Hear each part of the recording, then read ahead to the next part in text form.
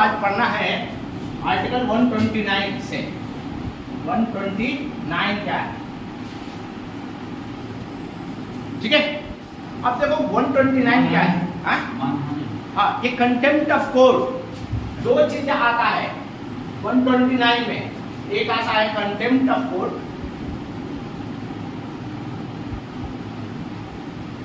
और दूसरा आता है कोर्ट ऑफ रिकॉर्ड।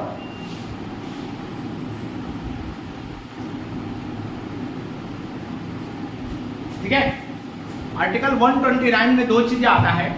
एक आता है आपके कंटेम्प्ट ऑफ कोर्ट और दूसरा स्टार्ट होता है कोर्ट ऑफ रिकॉर्ड। आओ स्टार्ट ही हुआ है, ठीक है।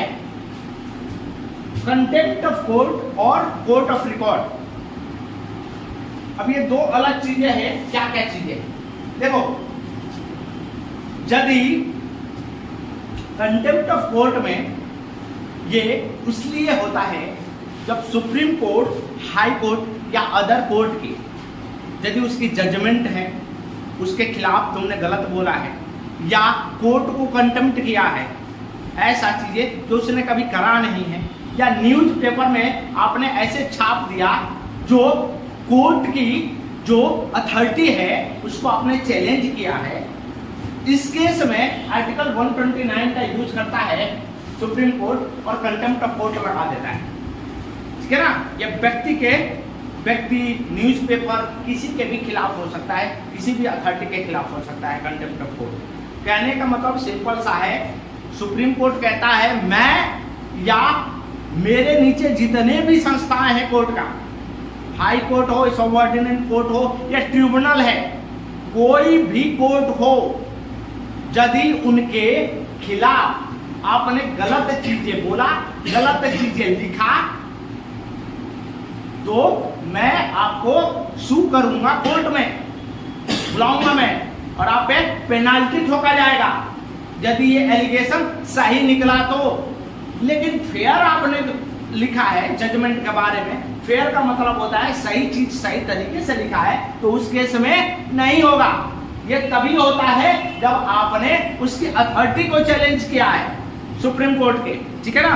दूसरा होता है court of record. Court of record का मतलब होता है कि जो सुप्रीम कोर्ट का जजमेंट है, सुप्रीम कोर्ट का जो जजमेंट है, ये जो जजमेंट है इसको साक्ष्य के रूप में, एविडेंस के रूप में माना जाएगा नीचे वाले कोर्ट में। जो सुप्रीम कोर्ट के जितने भी जजमेंट आते हैं, जैसे नहीं आते, केशवानंदा भारती केस आ गया तो बाकी के कोर्ट क्या करेंगे, इसको प्रेफरेंस, इसको रेफरेंस मानेंगे, इसको रेफरेंस मान के कहेंगे कि सुप्रीम कोर्ट ने ये जजमेंट दिया है। इसको बोलते हैं कोर्ट ऑफ रिकॉर्ड। एविडेंस की तरह उसकी जो जजमेंट है सुप्रीम कोर्ट का, वो एविडेंस की तरह यूज होता है, प्रयोग होता है बाकी के कोर्टों में, ठीक है ना। तो आर्टिकल 129 में सुप्रीम कोर्ट को दो पावर दी गई है। पहला कंटेम्प्ट ऑफ कोर्ट का, यदि उसकी आप बेइज्जती करते हो, गलत लिखते हो, उसकी अथॉरिटी को चैलेंज करते हो। दूसरा कोर्ट ऑफ रिकॉर्ड है। कोर्ट ऑफ रिकॉर्ड में क्या कहता है कि यदि जितने भी उसके जजमेंट है वो किसके रूप में काम करेंगे, ये आपके साक्ष्य के रूप में, एविडेंस के रूप में, उसको रेफरेंस आप बाकी के कोर्ट ले सकता है। ये खाली, ठीक है ना। अब देखो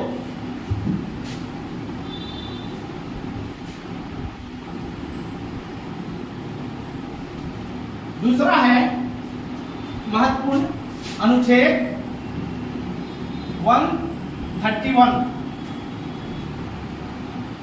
ठीक है ना। 131 ये है आपके ओरिजिनल जुरिस्डिक्शन, ओरिजिनल जुरिस्डिक्शन है ये, और ये भी सुप्रीम कोर्ट का एक्सक्लूसिव, मतलब इकलौता एंड खाली सुप्रीम कोर्ट में ये पावर है, ओरिजिनल, ठीक है ना। अब ओरिजिनल में क्या करता है वो, आर्टिकल 131 के साथ, देखो ये बहुत ही बहुत ही महत्वपूर्ण पावर है सुप्रीम कोर्ट का। और ये इसके तहत जितने भी सेंटर और स्टेट के बीच में विवाद हो रहा है या स्टेट और स्टेट के बीच में विवाद होगा या एक तरफ सेंटर अब एक तरफ बहुत सारे स्टेट होंगे और किसी भी चीज पर विवाद होगा तो उसको सुलझाने का किसके पास शक्ति है? खाली सुप्रीम कोर्ट के पास शक्ति है। तो इसमें तीन चीज आता है कि यदि कॉन्फ्लिक्ट हो रहा है किसके? केंद्र, सेंटर और स्टेट के बीच में, या स्टेट वर्सेस स्टेट है, या बहुत सारे स्टेट हैं सेंटर के खिलाफ, मल्टीपल स्टेट, तीन केस में इसका प्रयोग करता है सुप्रीम कोर्ट। ठीक है ना?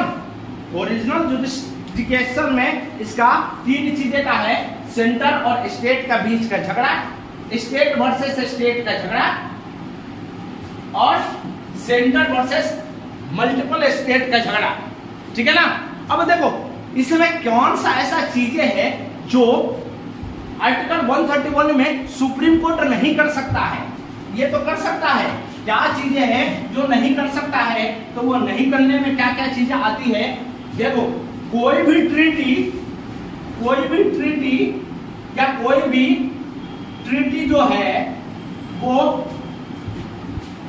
प्री कॉन्स्टिट्यूशन बना है, मतलब संविधान के निर्माण होने से पहले। ऐसी ट्रीटी जो संविधान के निर्माण से पहले हुआ है, मान लो कि विलय, भारत में राज्यों का विलय, ये क्या उससे पहले हुआ है, संविधान बनने से पहले। तो ऐसी ट्रीटी, ऐसी एग्रीमेंट जो कि संविधान बनने से पहले हुआ है, इस पे क्या कर सकता है? नहीं दे सकता है। ठीक है ना? फाइनेंस के मैटर में फाइनेंस कमीशन जो बैठती है, फाइनेंस सर उस पर फैसला कौन देता है? ये तो ऑलरेडी है, ओरिजिनल जुडिशियल में नहीं आता। यदि उसके चलते कोई प्रॉब्लम होता है तो वो जुडिशियल रिव्यू के अंदर में आता है, वो सुप्रीम कोर्ट देखेगी अलग तरीके से। आर्टिकल 131 के अंदर में नहीं आता है। आर्टिकल 131 किस लिए है? कि सेंटर और स्टेट के बीच का झगड़ा है, स्टेट और स्टेट के बीच का मैटर है, या सेंटर एक तरफ और बहुत सारे स्टेट एक तरफ। तो उनकी प्रॉब्लम को सुलझाने का जो पावर मिलता है सुप्रीम कोर्ट को, वो अनुच्छेद 131 में आता है। ठीक है ना? बाकी यदि ट्रीटी और एग्रीमेंट है, उसके चलते यदि संविधान में कुछ बदलाव आते हैं या कुछ इफेक्ट होते हैं या मौलिक अधिकार हो चाहे किसी में, तब जाके वो जाएगा सुप्रीम कोर्ट में, हाई कोर्ट में जाएगा, सुप्रीम कोर्ट में जाएगा। नॉर्मली तब जाएगा जब उसके चलते किसी न किसी संविधान का अनुच्छेद को इफेक्ट कर रहा हो। लेकिन यहाँ क्या है? ये हम ओरिजिनल जुरिस्डिक्शन के बारे में बात कर रहे हैं। और ये कब आता है, कब नहीं आता है? कोई भी ट्रीटी जो संविधान बनने से पहले हुआ हो, चाहे भारत किसी देश से एग्रीमेंट करता है, चीजें ठीक है, समझ में आए चीजें। अब देखो आगे इंटर वाटर डिस्प्यूट की बात क्या? इंटर वाटर डिस्प्यूट जब भी दो राज्यों के बीच में इंटर वाटर डिस्प्यूट है तो ये कौन करता है? ये ट्रिब्यूनल करती है। इसके लिए ट्रिब्यूनल बनाया गया था 262 अनुच्छेद में। ठीक है ना? ट्रिब्यूनल का निर्माण किया गया था पर्यावरण के लिए, इसके लिए ट्रिब्यूनल बने, ग्रीन ट्रिब्यूनल बने पर्यावरण के लिए। तो उसको जो उसकी पावर शक्ति है वो ट्रिब्यूनल में है, ये नहीं ले सकता है इसके अंतर्गत। ठीक है ना? इसके अंतर्गत 131 का अंतर्गत यदि दो राज्यों के बीच का झगड़ा किसके आधार पे है? पानी को आपस में जो झगड़ा है कि हमारे पानी ज्यादा चाहिए, हमको पानी हमें कम मिल रहा है, हमको ज्यादा चाहिए। हाँ, बहुत सारे कावेरी जल विवाद है और सिंधु जल विवाद है, बहुत सारे जल विवाद। तो इन केस में आर्टिकल 131 के तहत क्या नहीं करता है? इसका शक्ति का प्रयोग नहीं करता है। अबे बहुत सारे शक्तियां हैं, देखो तो सही, सुप्रीम कोर्ट में बहुत सारे शक्तियां मिली है। ऐसे ही सुप्रीम कोर्ट में ही बना है, बहुत ताकतवर है और इसने कुछ इंस्ट्रूमेंट तो खुद ही लेकर आया है। केस बाय केस ताकतवर होता है। हमने पहले पढ़ा था ना केस बाय केस कैसे ताकतवर होते गया है सुप्रीम कोर्ट। तो बहुत सारे केस तो अभी देखोगे, बहुत सारे कैसे लेकर आता है, खुद चेंजेस करता है। अब देखो ये हो गया 131। अब देखो 132 अनुच्छेद 132